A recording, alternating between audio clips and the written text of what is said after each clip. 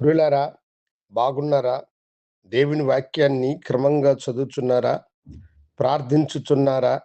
నేటి ధ్యాన వాక్యము రోమీయులకు రాసినటువంటి పత్రిక 12వ అధ్యాయము 9వ వచనం. మీ ప్రేమ నిష్కపటమైనదై ఉండవలెను, చెడ్డదానిని అసక్కించుకొని మంచిదానిని హత్తుకొని యుండుడి. భక్తుడైన పౌలు రోమా సంఘానికి రాస్తూ ఈ 12వ అధ్యాయం 9వ వచనములో మీ ప్రేమ నిష్కపటమైనదై ఉండవలని, చెడ్డదానిని అసక్కించుకొనుడి, మంచిదానిని హత్తుకొనుడి అని అన్నాడు. అదేమిటి నిష్కపటమైనటువంటి ప్రేమ? ప్రభువైన యేసు మనలను ప్రేమించిన ప్రేమ. మనము పాపులమై ఉండగా క్రీస్తు మనలను ప్రేమించినయి.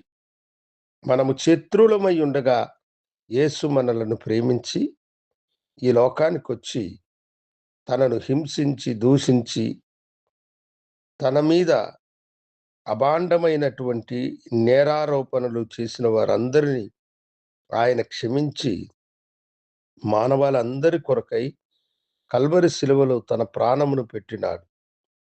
ఆయన మంచివారి కొరకు మాత్రమే కాదు, నీతిమంతుల కొరకు మాత్రమే కాదు, లోక ప్రజలందరూ, వారు చెడ్డవారైనా మంచివారైనా అందరినీ ప్రేమించి అందరి కొరకై తన ప్రాణమును పెట్టి మనుషుల ఎడల తన ప్రేమను వెల్లడిపరిచినాడు. కనుక దేవుని బిడ్డలారా, మనము కూడా నిష్కపటమైన ప్రేమ కలిగిన వారమై ఉండాలి. చాలాసార్లు మనుషులమైన మనలను ప్రేమించు వారిని ప్రేమిస్తాము, మనలను దూషించే వారి పట్ల ప్రేమగా ఉన్నట్లు మనము నటించదము. అయితే సమయం వచ్చినప్పుడు వారికి వ్యతిరేకముగా పెద్ద కీడు చేయకపోయినా మన మాటల ద్వారా, మన చేష్టల ద్వారా, మన ప్రవర్తన ద్వారా మనము దానిని వెల్లడిపరుస్తాం. అంటే ఏదో ఒక మూల ఆ ద్వేషము, ఆ కోపము, ఆ పగ మనలో ఉంటుంది. పైకి మనము ప్రేమ కలిగిన వారముగా నటిస్తూ ఉంటాం. దానిని ఇక్కడ పౌలు భక్తుడు అంటున్నాడు, ప్రభువైన క్రీస్తు వలె నిష్కపటమైన ప్రేమతో వారిని ప్రేమించండి అని అంటున్నాడు. అవును, మనకు కీడు చేసిన వారిని కూడా మనము ప్రేమించి మన మంచితనము ద్వారా కూడా వారికి కీడు జరగకుండా వారిని మనం ప్రేమించు వారమై ఉండాలి. అంతేకాదు, ఏమంటున్నాడు ఆయన? చెడ్డదానిని అసక్కించుకొని మంచిదానిని హత్తుకొనుడి అని అంటున్నాడు. చెడుని అసక్కించుకోవాలి, మంచిని హత్తుకోవాలి. చెడుకు మనము దూరముగా జరగాలి, మంచిని మనము హత్తుకొని జీవించాలి. అదే నిష్కపటమైన ప్రేమలో ఉన్నటువంటి గొప్పతనం. దేవుడు తన ప్రజలకు అనుగ్రహించిన గొప్ప ఆశీర్వాదం నిష్కపటమైన ప్రేమ.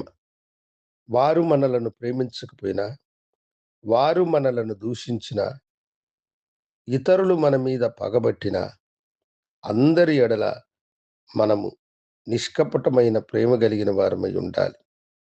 దేవుని బిడ్డలు ఆ ప్రేమను అనేక సందర్భాలలో ఈ లోకానికి వెల్లడిపరిచిన వారు ఉన్నారు. గ్రహాం స్టెయిన్స్ అనే దైవజనుడు భారతదేశంలో కుష్ఠరోగుల మధ్య పరిచర్య చేయించినప్పుడు సజీవంగా ఆయనను ఒక దుర్మార్గపు గుంపు హతమార్చింది. కానీ తన భర్తను, పిల్లలను పోగొట్టుకున్న ఆయన భార్య తన భర్తను హింసించిన వారిని చంపిన వారిని తాను ప్రేమిస్తున్నానని లోకానికి తెలియచేసింది.